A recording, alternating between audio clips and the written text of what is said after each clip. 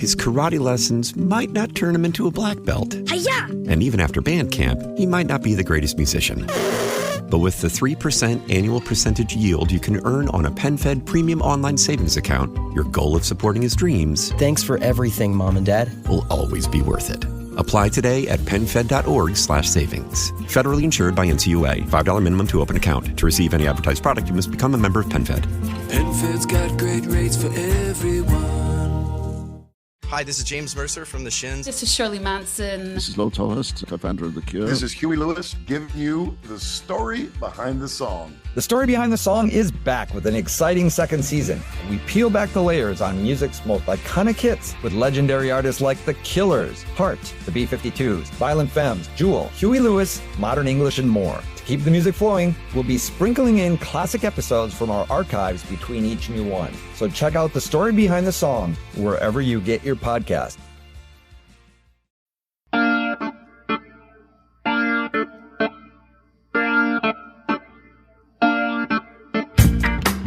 Bob, okay, so while everyone's listening, you guys got to listen to this whole conversation behind the curtain. I just know it's going to be incredible, but let's start by first off, tell us, do you know what years exactly you worked at Asian Man Records?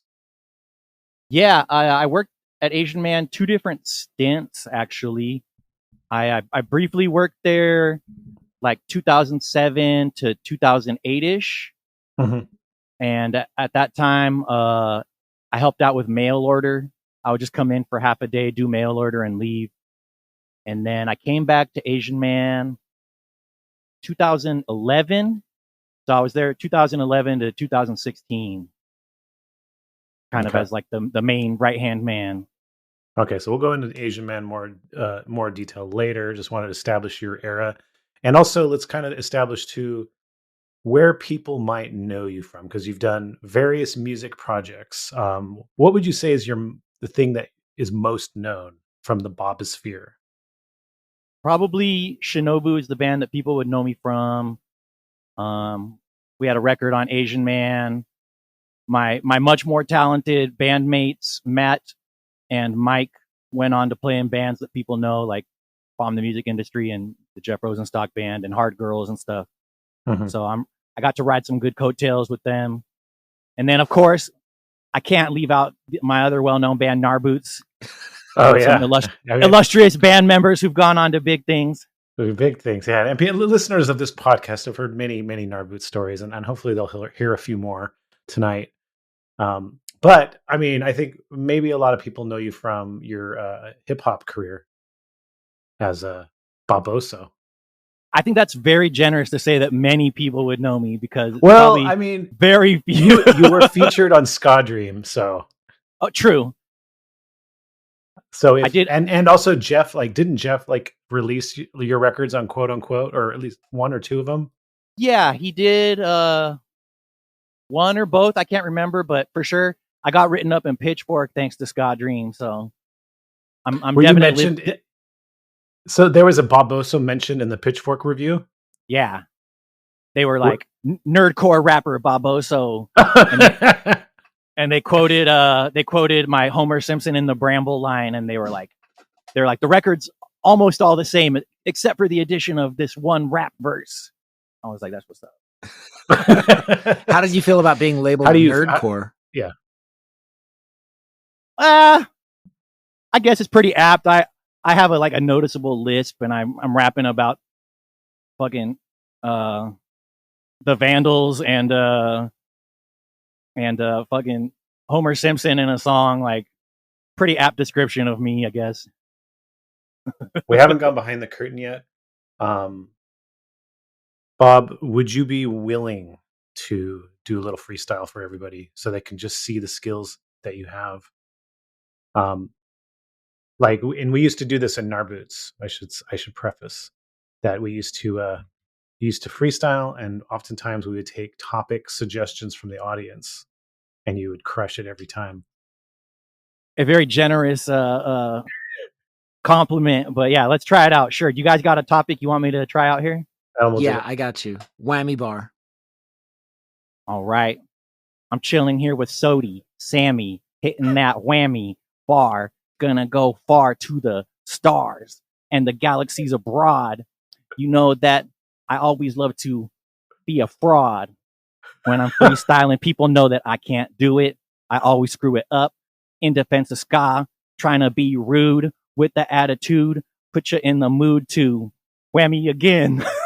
All right, that's as good as it gets. Yeah. All right, good job. Hey, do the people here know about Sammy Sodi?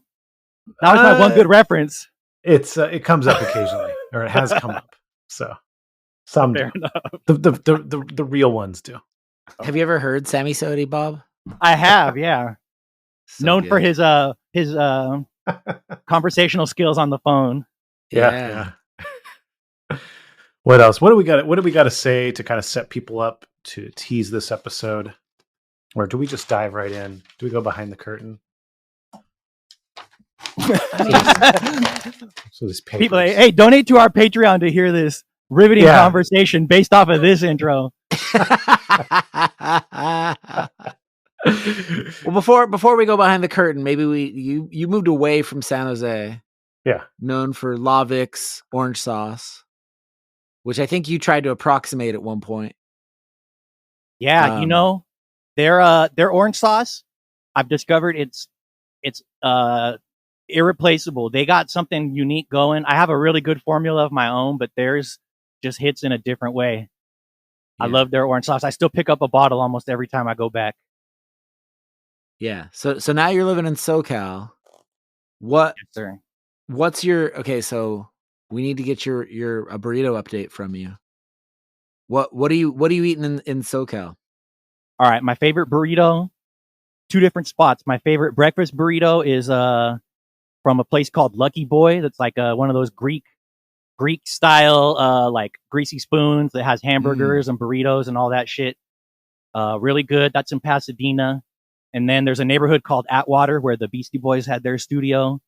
Atwater has this spot called Tacos Via Corona that has like little mini burritos. So you could get like 2 or 3 burritos. They're each like $3.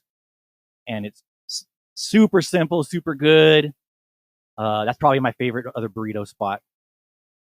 What makes a good breakfast burrito for you? They got the crunchy bacon. They got eggs, potatoes. I used to hate on California burritos, but then I realized I like breakfast burritos that just have hash browns instead of French fries. So I had to kind of back off of that. But yeah, that's the basics. And then some of the little other things. This place has really good salsa. It just kind of seals the deal, icing on the cake right there. So yeah. Never got it. You never underestimate the power of a good salsa. That's La Victoria, man. Mediocre ass food, great salsa. Yeah. I think that's actually their slogan. So before we go behind the curtain, let's talk a little bit about ska and San Jose. Oh. What was your first ska show in San Jose, Bob? My first ska show was my own band. When I was 14, I joined a ska band in my high school called Bob, coincidentally. And I played trombone, and we played a show at the Campbell Community Center. And all the guys in the band were like seniors in high school when I was a freshman, so I was real green. I was like interested in punk, but didn't really know what was up. And I remember my mom and my grandma came out because they were like, "We want to see your first show." And like immediately, like 30 seconds into our first song, like a stupid like teenage pit breaks out. There's only like 10 people in this community center, but they're all going stupid.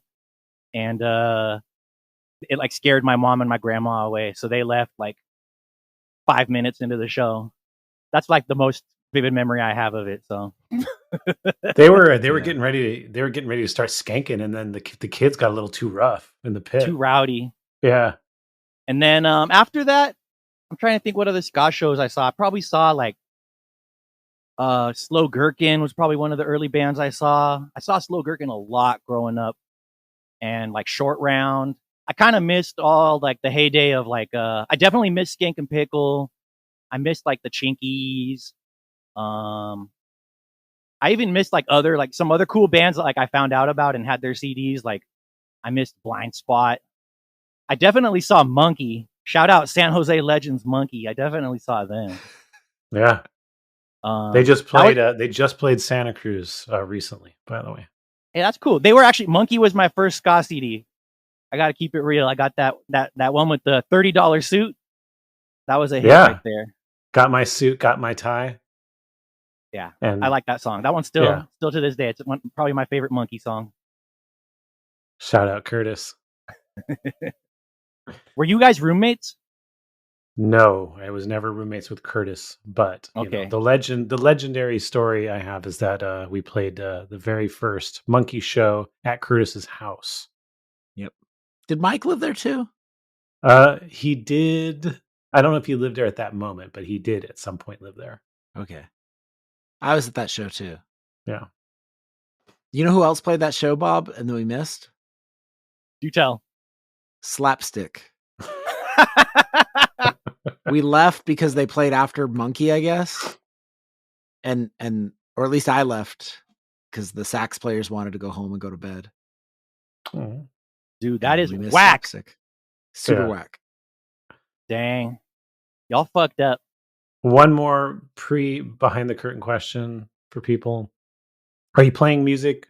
What are you doing musically now? And is there anything people can check out? Yeah, I have a band off and on called Fuss that we've played about 10 shows in 5 or 6 years. And we put out a record about a year ago that I'm really happy with. If you've heard any of my bands and you've heard my songs, it's a lot of the same, but like short pop punk songs. And I'm also in a band with fellow Asian Man alums, Neil Hennessy and Chris Candy. Shout out In Defense of Ska alum Chris Candy. Also, he's in the book. We have a band called Bull Shannon, and we're probably going to record something new in the next month or so. So, yeah, those are the two bands I got going. All my bandmates are pretty busy being pro musicians, so we squeeze it in when we can. But yeah, keeps me busy. What's the instrumentation for Bull Shannon? Neil on drums, me on bass, Chris Candy also on bass, and the funny part is that Neil is by far a better guitarist than both me and Chris, and it's just a lot of fun. It works better than you would think it would work. Now, is Bull Shannon still alive? No, the Richard Karn, the actor who played Bull Shannon, passed away like 6 months, a year ago. R.I.P. Oh, damn. But so there's a band happening when he was still alive? Yeah, he was still alive. But hey, there's a new Night Court TV show carrying the torch for him now, I suppose. Shout out new Night Court show. I can't believe I didn't get the call to be the new Bull Shannon. We'll have you shave your head for the next photo shoot. I'll just wear a skull cap. Okay.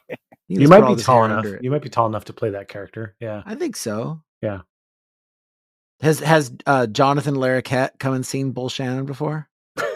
Damn. I'll see if Chris has. I don't mean John Larroquette. I mean young Jonathan Larroquette. Yeah, I'll have to see if. Oh yeah, dude. If Chris has any Hollywood connections to get him out. He likes music. He's a music guy. Is he an LA guy? Yeah. All right. LA. That Last small I checked, city. he was. That small city, LA. We'll see if we can get him out. Yeah. All right. I think this has been a super enticing teaser for people, and it's gonna get. This was the suit and tie portion of the podcast. We're about to loosen our ties right now. So too hot for now. TV. We're gonna go behind the curtain right now. So here we are. We are.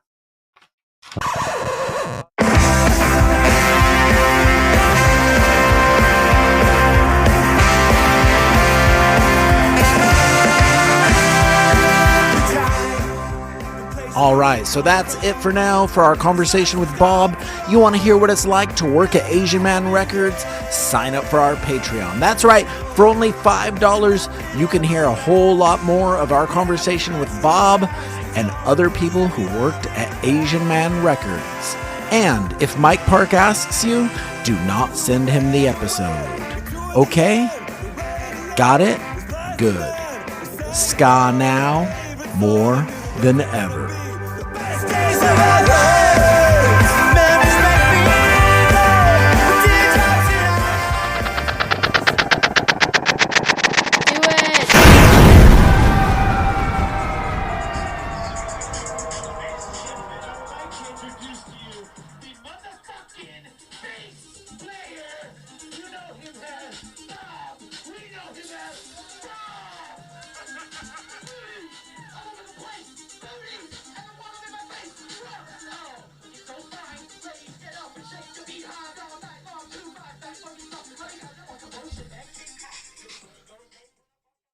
His karate lessons might not turn him into a black belt. Hi-ya! And even after band camp, he might not be the greatest musician. But with the 3% annual percentage yield you can earn on a PenFed premium online savings account, your goal of supporting his dreams... Thanks for everything, Mom and Dad. ...will always be worth it. Apply today at PenFed.org/savings. Federally insured by NCUA. $5 minimum to open account. To receive any advertised product, you must become a member of PenFed. PenFed's got great rates for everyone. Breast milk science. It's a thing, and it's our thing. We're ByHeart. We're an infant formula company on a mission to get a lot closer to the most super food on the planet, breast milk. Our patented protein blend has more of the important and most abundant proteins found in breast milk. We're the first and only U.S.-made formula to use organic, grass-fed whole milk, not skim. We make our formula in our own factories in Iowa, Oregon, and Pennsylvania, using a small batch manufacturing process that works to preserve the integrity of our ingredients. We ran the largest clinical trial by a new infant formula company in 25 years and clinically proved benefits like easier digestion, less gas, and softer poops versus a leading infant formula. We were the first infant formula company to earn the Clean Label Project Purity Award. And while we've put a lot into ByHeart, there's a long list of things you won't see on our ingredient list, like no corn syrup, no maltodextrin, no GMO ingredients, no soy, no palm oil. ByHeart, a better formula for formula. Learn more at byheart.com.